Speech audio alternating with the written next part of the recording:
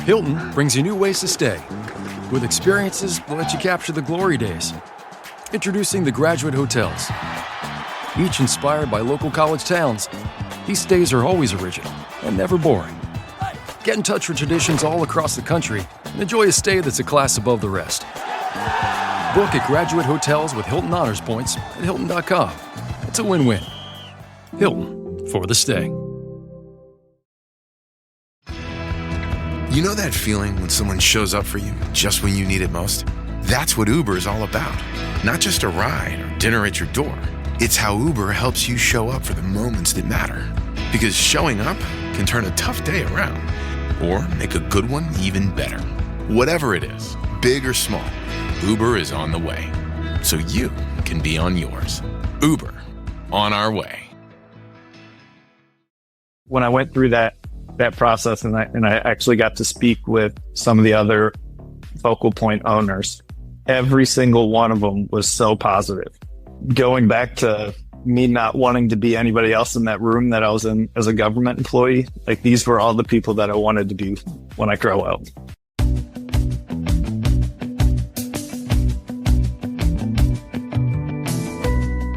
Hello, everyone, and thanks for tuning in to the latest edition of FranCoach's Franchising 101 podcast. I am Tim Parmeter, founder and CEO of FranCoach and your podcast host. Today is one of our installments of the segment we call In Their Words. I know I'm a broken record. I love these. No offense to all of our other guests. Because in this segment, we're going to talk directly to FranCoach clients who have now become franchise owners. We're going to hear all about their background, what led them to consider franchise ownership, how they navigated the process, and then which franchise they chose and how has it gone so far. This one's been in business for just over a year and absolutely slaying it. And we're going to hear a little bit about his journey, what's helped him lead to success, even some of those challenges and mistakes that he's made along the way, because yes, you are going to make those as a franchise owner. Before we get to his story, let's quick reminder of who we are. FranCoach is the premier franchise consulting firm. Our number one goal is not to sell you anything. We don't sell stuff at FranCoach. We're here to educate you. Number one goal, properly educate you on franchise ownership to determine if you should own one. If so, we're going to help you figure out what is your best fit. Not anybody else's, folks. This is your chance to be selfish without getting in trouble. What's your best fit? All right, everyone, we are back with our guest and the rock star of rock stars joining us today, Focal Point Business Coaching owner, Eric McConaty. Eric, thanks for joining us. Oh, thank you for having me. I'm excited. People say excited. I'm always like, man, that is a lot of pressure. So we'll see. I am genuinely like this kind of the same word. Excited to have you on and share your story. But also, like, a lot of times when we get folks on, it's just kind of at the beginning of this. It's still the honeymoon phase. You've been open and operating for a year, so we got to get the dirt and the tea, as the kids say, on what that experience has been like. So I want to get into all of that, but as you found out already, franchising and just franchise ownership, the industry in general, this is a people business. And so I always like getting to know a little bit about the people. So who the heck is, like, before franchising, who the heck is Eric? Give us a little scoop on your background. Yeah. So actually, before I jump into that, I just wanted to say, thank you for having me on here. This podcast, really, I mean, I listen to a ton of podcasts, and this is the one that actually changed my life. So I want to say thank you for that. And thank you for having me on here. And I'll get your information after this, and I'm going to send you one of the first copies of the book that's coming out here shortly. Nice. As a way to say thank you. And then just kind of jumping into my background before franchising. So I'm a knuckle dragger. And so military background, and currently still in the National Guard. I'm an intelligence analyst. So basically trying to predict what the enemy is going to do. And then on the other side of that, in my civilian career, I was a government employee, and I was in a senior management role. I got promoted very quickly with that, and it gave me kind of this unique perspective that I'm not sure a lot of people in the military or the government get. In the senior management role, I was the guy that creates strategy and policy for other people to implement. And then in my military role, I was the guy that was implementing the strategy or policy that somebody else created. So it gave me this unique perspective where I could see where there were sort of fissures within the system and where things start to fall apart. And the further you get up in the government, the further away from the people that are actually doing it you actually are. So you don't really know what that means. And a lot of times bureaucracy gets in the way and people get more focused on getting a policy or strategy done rather than if it can actually be achieved. Right. And then so I just kind of came up with this idea. What if I took the best parts of the military, being the guy that has to get a team together and implement a plan, and brought that to the government side, and then brought the strategic and planning perspective from the government to the military side. And then what I noticed is on both roles there, everything got better. And so that's what really started getting the wheels turning on. If I can do this in the government where inefficiency is kind of a badge of honor, then it would probably work if I did it in a business. Gotcha. Well, first off, thank you for your service. And that had to be an interesting dynamic from starting out as the person out there actually implementing, somebody sitting in an office, what they thought, to then getting into that office. Like how much did that go into your mind of like, you're now all of a sudden you're sitting there affecting what somebody else is doing maybe halfway around the country. Were you able to still put yourselves back into those original shoes? What was that process like for you? I certainly could, because the role I had in the government was writing the policy for the role that I had in the military.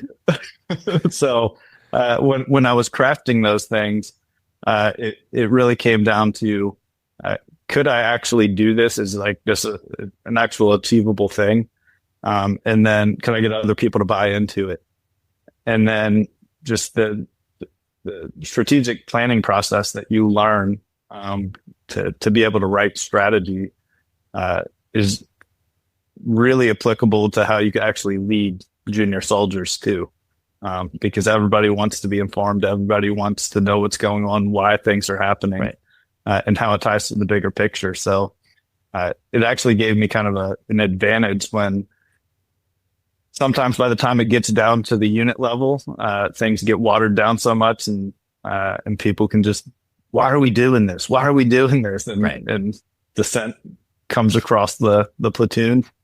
But being able to be like, we're doing this because it supports this bigger initiative or this bigger goal, really helped in that aspect as well. Yeah. The days of the leadership of, because I said so, just not completely gone, right? But it's dying off, and just being able to the why behind everything. Like people can oh, okay, yeah, let's go, right? And really again build that team up, and so that leadership thing has been inbred in you, and you're obviously doing really well with your job within the government. But what's kind of prompted you to think, hey, maybe there's something more outside of this for me. Maybe there's an opportunity to do something for myself. What kind of started that in your mind? Yeah. So, my ladder was on the wrong building, I guess, was the way I'll start that. And so I guess kind of to go through that whole journey there. I grew up in a really small town, and very blue collar town. And it seemed like the only friends that I had whose parents had any kind of money, their parents worked on the Navy base that was nearby. And so I just And that was always like the saying growing up was like, oh, you got to go get one of those good government jobs. And so like that was just in my head. That was the only example of success that I had. And so when I got off active duty, that's what I set out to do. And then I did that, and I climbed up the civilian ranks very quickly. And then I found myself basically at the pinnacle of the GS scale, and I was young, and I just realized that it wasn't exactly what I thought it would be. And then the other part, at the same time, when I first met with you, I had a newborn. I don't know if you remember that. I had at the time, a 1.5-year-old and a newborn, and it really just gave me some time to think about, I guess, what I wanted to be in their eyes. And really, I just wanted to be a dad that they could be proud of. And when I think of, if they're going to go to school and tell their friends, my dad's a government employee or my dad owns a business, Right. I wanted them to see me taking a risk and going out and doing something that I wanted to do rather than kind of what I was stuck doing. Yeah. And then I guess to tie things in and to how I got into franchising, I'd initially looked at starting a business from scratch, and quickly got overwhelmed with the amount of things that there's too many things that I could do, I guess. Right. And then too many things that needed to happen. And I just got overwhelmed on being able to decide what to do. So I looked at coming up on 17 years in the Army total, and going back to that perspective of the enlisted guy implement somebody else's plan. And when I came across franchising, somebody else already created the plan. I just have to do it. Right. Yes. And so it made a logical thing, a logical step for me to look into franchising. And so I started scrolling through, reading about franchising, and I came across Franchising 101 podcast. Wait, what was the name of that podcast again, Eric? I don't think it's a little louder for those in the back. So, no, it's cool, and it's why the folks with military background like yourself tend to do really well as franchise owners for just that reason, right? Like, here's the plan, right? And even now, they look, hey, this is why you do this, right? Put your head down, work hard, follow the plan, right? You got to figure stuff out from time to time, but have the discipline to do so and still have the support around you. You probably don't have anybody in focal point that's helping you and supporting you, that's yelling and screaming at you and telling you to drop and do 50 push-ups or anything. Although you said this off like the annual conference recently, they're trying to get you to do pull-ups because you got your little pull-up challenge going, right? But it's a different type of support, but it's still there for you. So that's cool. And you mentioned the kid thing, and it's just yeah. And like, even as we were talking before we hit the like kind of went live with this, was I kind of forgot how long it's been since we first started talking, and how little those kids are and how fast they're growing up now. But they will absolutely see, like, and some people, like, and you use the word risk, right? Is it a risk? Maybe. I mean, it's sure as hell less risky than what you grew up doing, right? From that standpoint, but they're going to see you grew up knowing, ooh, let me get a good government job and I've made it in the world. And there's nothing wrong with that, but they're going to see they can create their own path in whatever way they want. And having my kid grown up just seeing me do, be a business owner and do everything in franchising, like, he knows, like, hey, go to school, do, whatever, get a job. That's great. Have business ideas, do all of those things. It just, there's a level of, like, open up their mind to what is actually possible, because, like, they're going to see dads of awesome business owners. So super cool for you with that. And just to add to the exact point where I decided to go forward with this. Because I don't know if you remember, I was still sort of on the fence whether or not I was going to do it. And it was almost like, I don't know how to explain it, but I went into a meeting and I looked at all of the senior government employees at the table around me, and they're the highest level, the most senior people in the organization. I just looked around the room and I realized that I didn't want to be any of those people when I grew up. They just kind of had a resting, sad face, and had just kind of been beat down by the system for 30, 40 years. And I remember looking around and making the decision right there. And I left that meeting, went out into the parking lot, called, I called you, I guess, and was like, hey, let's do this. And so that was how it went. It was really just, that was the moment that pushed me over the edge. Yeah.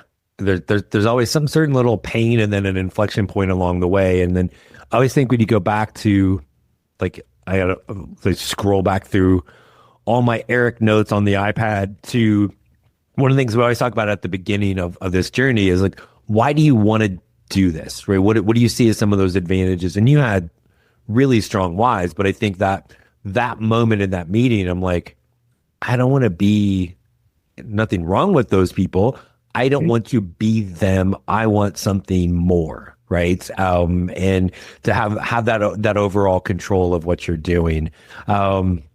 We looked at other franchises. Can you? I know it's been a while, but you think back to that time, like what was it about Focal Point that really kind of resonated with you? Because again, there was also that in your mind, like, well, maybe I could just do this myself. But what was it about Focal Point and kind of what their brand is all about that really aligned for you? Yeah, so 100% the culture. And I think when you initially revealed the three different franchises, initially I had Focal Point either number 2 or 3. And after I met with everybody, it became very clear very quickly that they were different. I guess I don't know what the next questions are going to be, but me either.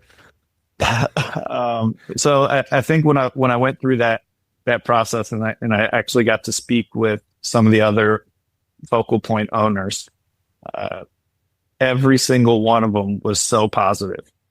Yeah. And it was going back to me not wanting to be anybody else in that room that I was in as a government employee. Like these were all the people that I wanted to be when I grow up. Yeah. And then the other part was the impact. They all talked about the impact that they have on their clients. And that just is something that really resonated with me. Like if I'm going to do something, I'm going to spend all my time doing it, or a good portion of my day and my life doing it. I want it to have an impact and make a difference for the people that I'm serving. And that was just where Focal Point stood out above the other companies or other franchises that I spoke with. Yeah. It's one of the hidden things in franchising that some of the behind the scenes stuff of a culture is, probably an overused buzzword, but it doesn't mean it doesn't exist. Right. And how, like, especially as you get through the process, and sometimes you're literally in the room with them or it's virtual, but I always say, like, do you feel like you're in the right room with the right people? Is that the other owners? Is that the people on their team, the leadership, et cetera?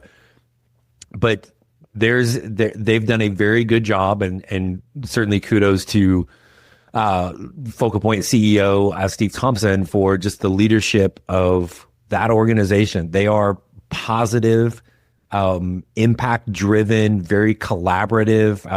And I want you to share a little bit about what that's been, but the owners don't just sit there and go, like, you ask another owner a question, like, the heck with you, I'll figure it out yourself.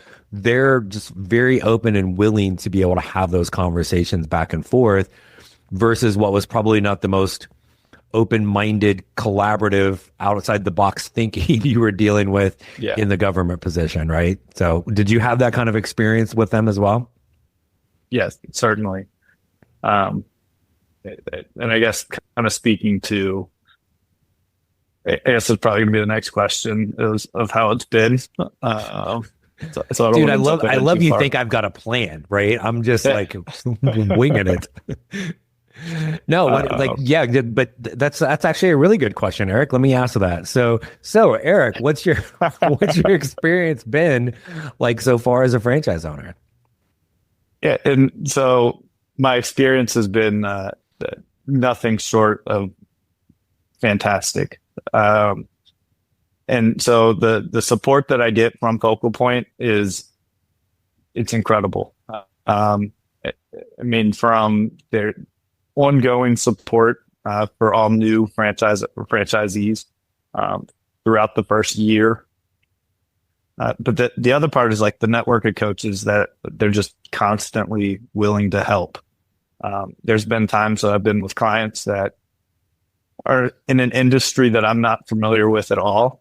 And I can reach out and somebody will chime back in with some ideas. And then I've actually had them come into calls with me into client sessions and provide input. And nobody's ever pushed back, or nobody's like, oh, that's not my job, like that. I'm not getting paid for this. Right. It's nothing like that. It's just only support.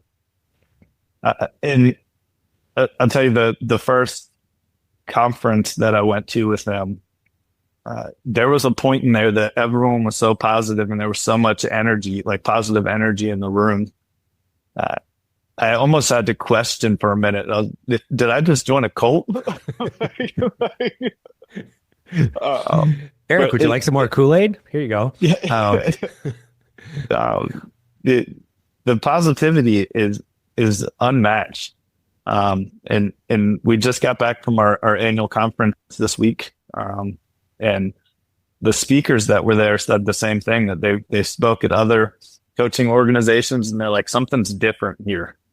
Yeah. And it's tangible. It's a noticeable difference. Not only do I feel it as a franchisee, but like all the people that are coached by a Focal Point coach feel it too. Yeah. Yep. Without question. I think we talk about the support. There's two pieces of that. One, and this is, I think, overlooked and not talked about nearly enough. And I'll take some blame on that because I'm going to say it's not talked about enough, but then I don't talk about it more, is other franchise owners in the system, right? The franchisor has the training, the plan, there's, resources, there's people there to help you, but there is nobody better than other franchise owners because they're literally like walking your existence, right? And are there some brands out there that are not open and super collaborative? Yes, right? There absolutely are. Does that mean they're bad brands? No, because there's some people that are like, no, just let me be on my island, right? But Focal Point has created that collaboration piece for that. But the other thing is, if there's all these support structures and people don't, as an owner, you're not using them, and then you turn around and go, oh, the franchise isn't helping me. Like, and I know you've got a couple things that you're doing, and maybe your area, your state or something, where you've got kind of some mastermind groups that you're on, and then there aren't always all the other owners on there where you're not utilizing the expertise and the support. It's really like, again, as a franchise owner, if they're offering you help and support and you're not taking it, then you kind of don't get to bitch about it not going well with this. And again, kudos to you for like tapping into all of that. And again, being willing to ask questions. Sometimes people are scared to do that, but you got to raise your hand every now and then. And again, you're doing that, but you're also in an environment where there are people that are willing to jump in and help, which is pretty darn cool. What was it like at the beginning, right? So I want to go back to actually two things. So you talk about that not being in the right room at that meeting you referenced at your last job, and then feeling like you were in the right room within Focal Point. Did you have a moment of, man, I want to be these people, but I don't know if I can be that person. Was there any doubt in that because I've heard this before with focal point owners that have been around, probably any industry, they make it look easy, right? Did you have any of that kind of question or maybe even a little fear of, geez, can I really do this? At Capella University, you can learn at your own pace with our FlexPath learning format. Take 1 or 2 courses at a time and complete as many as you can in a 12-week billing session. With FlexPath, you can even finish the bachelor's degree you started in 22 months for $20,000. A different future is closer than you think with Capella University. Learn more at capella.edu. Fastest 25% of students. Cost varies by pace, transfer credits, and other factors. Fees apply. Ryan Reynolds here from Mint Mobile.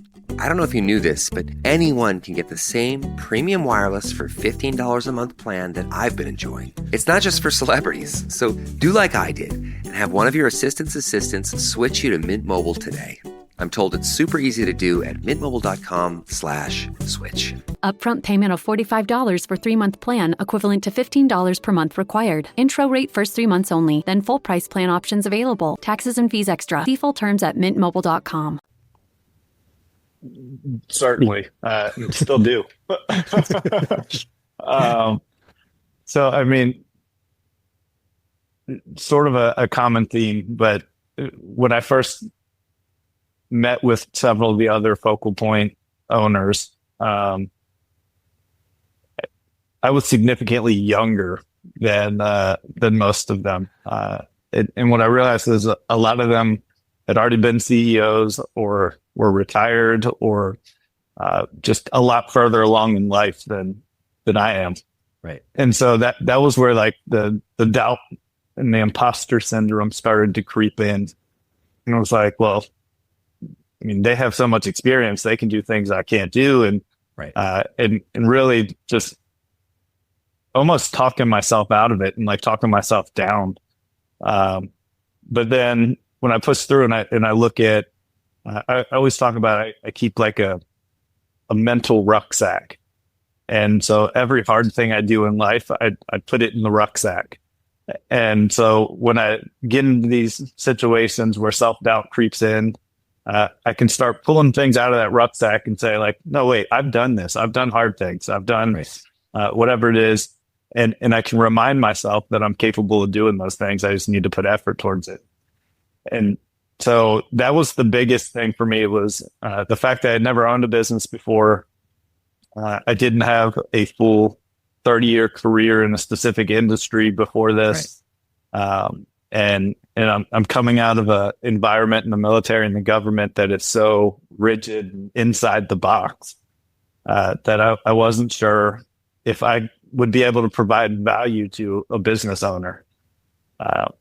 But once again, I went back to that rucksack, pushed through it, and everybody says the same thing: follow the plan. And I just followed the plan, and it works.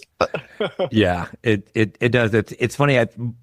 The phrase imposter syndrome, I don't know when that became like, I feel like that just became a phrase we used over the last few years, or maybe I just was not paying attention to it. But and it comes up in franchising. I'm telling you, it comes up almost every person we have look at focal point. At some point, there is that moment of imposter syndrome, because I swear their owners just make it look easy, and it's not easy, right? But it's the trick is for anything and for anybody is you got to find what's your best fit, right? And so you felt comfortable in the room. You've been in leadership roles. You've been that person that's kind of tried to solve problems, and that kind of helped lead you to Focal Point. Now, as an owner of Focal Point, and you're out there trying to get clients and then working with them, do you still feel like this is kind of in your sweet spot of what you are good at and what you enjoy doing?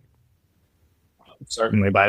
My wife jokes with me, like when I get done working with clients, like I'm energized and I come back like positive, and I'm talking about the impact or the aha moment that they had and this and that, and how this is really going to help them, or if they get a big win, and like I can like celebrate that.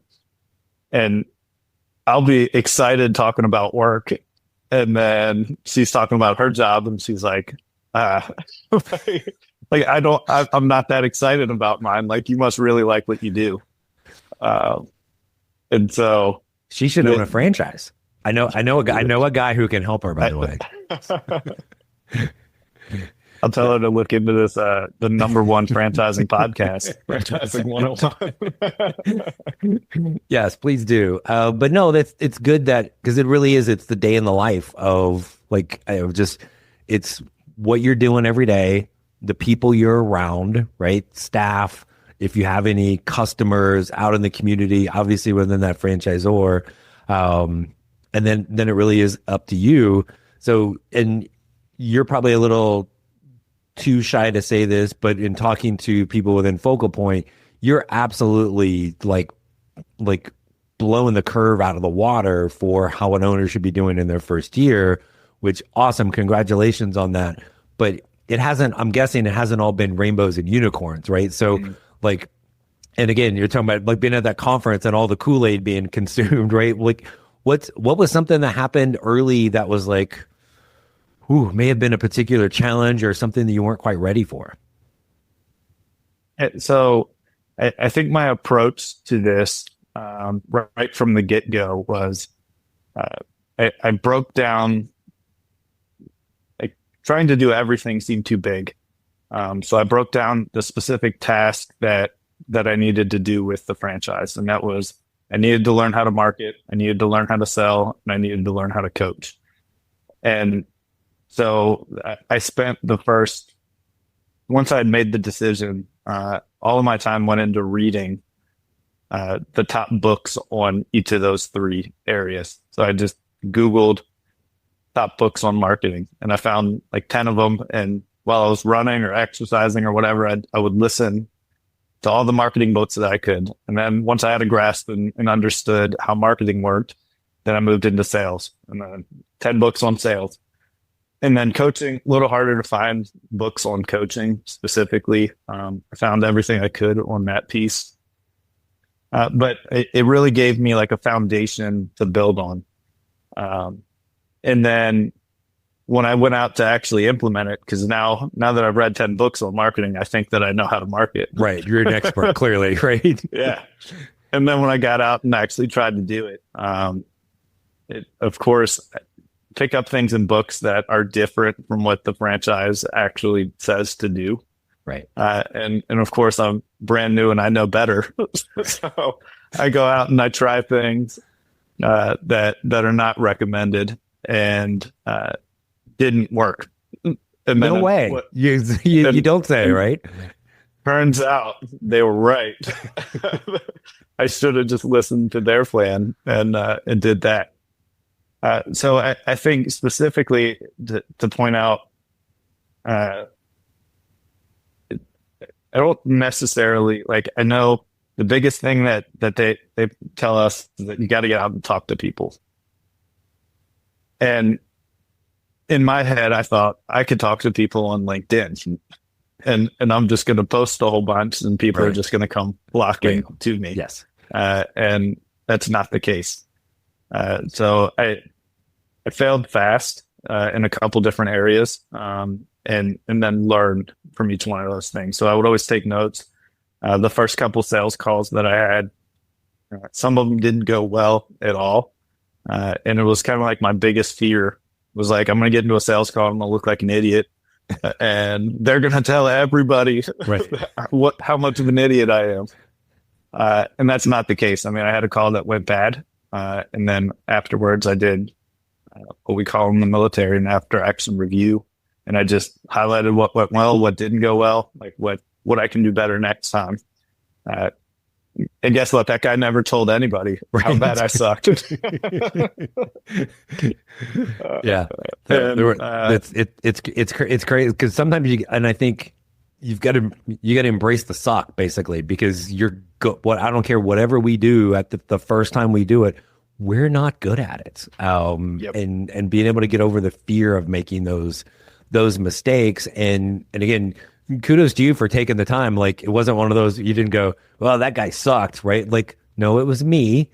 Somewhere in there was still something good. And sometimes it's just the reps of like doing it until we get better at it. Yep, certainly. And I mean, that was the important part. It was trying something and then looking at the results and then figuring out, okay, that didn't work. I'm not going to keep spending time on something that's not working. Right. And getting better each time. What so you read all these books, so let's give you a little plug here. You wrote a book, and that is coming out this summer. Is that correct? Yes. I have the first proof copy right here with me. I don't know if that's going to show up on there. Business Boot Camp. Nice. What might it be about? Yep. So it is, I guess, everything that I've learned from all the books that I read on everything. But really, it was, as I get out and I talk to people, like providing service to the community and providing service to the people that I work with is a key part of what I do. And so a lot of times I'll meet people that just can't afford coaching or maybe don't want it, whatever the case is, but it doesn't mean that they shouldn't still have a resource that can help them. Right. And so now I've done this with a bunch of different clients, and I'm continually learning. And this was an opportunity for me to sharpen my own sword on the areas that I may have been weaker in. And so I put it all into the book, into basically the Army's training phases. So if you go through boot camp, you start out in red phase, and then you move to blue phase, and then you go to white phase, and then you get gold phase. And at each one of those phases, you're progressing in towards mastery of whatever the skill is. And so that's exactly how the book is outlined. So it's littered with personal stories in there from things from my personal life, from military experience, from customer experiences. And then I go through the actual research and data that supports whatever that concept is for that chapter, whether it's strategy or marketing or sales, and explain like what actually makes a good marketing plan, and then walk through how to do it. And then I have AI prompts throughout it too. So you can go and actually put that in and start implementing things right away. Oh, nice. But I don't know if I've ever worked harder on one single thing. So I'm really excited for that to come out June 10th. It'll be available on Amazon.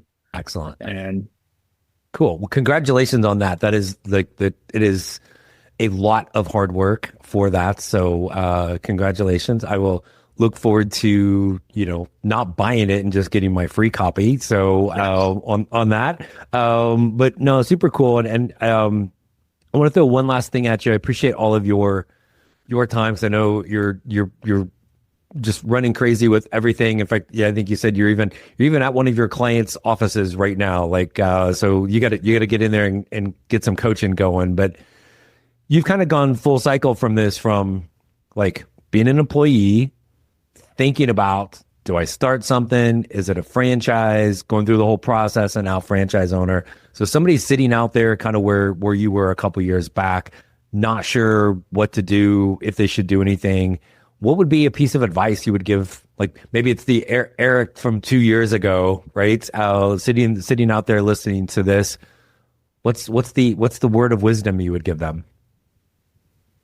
I continue to listen to the number one franchising podcast, Franchising 101. My hype man, everyone. Thank you. Yeah. No, I think the core to any endeavor is you have to have a strong enough why.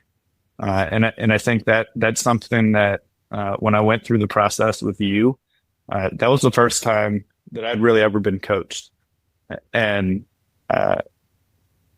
in identifying a why that was strong enough to make me take the leap is really, I think, what anyone can do. If you boil it down far enough and you actually get a strong enough why, that's what's going to get you out of bed in the morning. That's what's going to make you go to work when you don't want to go to work. That's going to make you stay up late and do the things that you need to do. And ultimately, if the why is strong enough, then you will be successful because you're not going to let that fail. Yep. No, absolutely. I know. I let the. I'm with you. I think it is those two things more than anything. It is that why, and then understanding you're the one that's going to get your butt out of bed every day and go do this. Like this is such the most individualized, personalized thing, almost where we need to be selfish in trying to find that perfect thing. Because what's best for you? I love the team at Focal Point. We've had a bunch of FranCoach clients that are now Focal Point owners. I would be a miserable owner of Focal Point. I would be bad at all the things that I have to do for that. So yeah, doesn't mean that's a bad franchise. Doesn't mean I shouldn't own one. It might mean the latter, but it doesn't mean the former for that. So kudos to you for how you've gone through all of this. And I'm not the least bit surprised you are knocking it out of the park, and know you'll continue to do so. If somebody's out there, maybe you're not thinking about franchise ownership, you're already a business owner, and you're like, oh my gosh, how do I grow my business and improve it? Perhaps also they could reach out to Eric and his Focal Point business, because you can actually work with people anywhere in the world with your business, correct? Certainly. Yeah, they can reach out to me, Eric McConaty, Focal Point businesscoaching.com. I have Eric at tgscoaching.com. So you can find me online. I'm available. We're on LinkedIn, Eric McConaty. Doing much better posts on LinkedIn now than the beginning. But all good stuff. And June 10th, the book comes out, Business Boot Camp. Eric, thank you so much, my friend, for coming on, and congratulations for all your success. Hey, thank you for having me on. Thank you for having this podcast. It really does change people's lives. Thank you so much. And thanks for everybody else for listening today as well. Thanks again to Eric for joining us. And if you're a business owner out there and you need some business coaching, like Eric is going to hook you up. Eric McConaty at Focal Point Coaching. Thanks to him. So excited and just really proud of what he's been able to do as a franchise owner, and ready to kind of kick back and see how he continues to grow. We hope that our podcast, as always, provides some level of insight into the amazing possibilities that can be achieved as a franchise owner. Check us out to learn more. All of our podcasts, you can certainly find them where you're already subscribed. Don't forget our YouTube channel. You can do that. You can click right here on the link. All of our podcasts, tons of other videos, all of our TV episodes, the Franchising 360 show. There's some bonus footage there as well. TV shows every Friday, 8 Eastern, 5 Pacific. But again, you can check it out on the YouTube as well. And then our website is francoach.net. So everything with this podcast is FranCoach.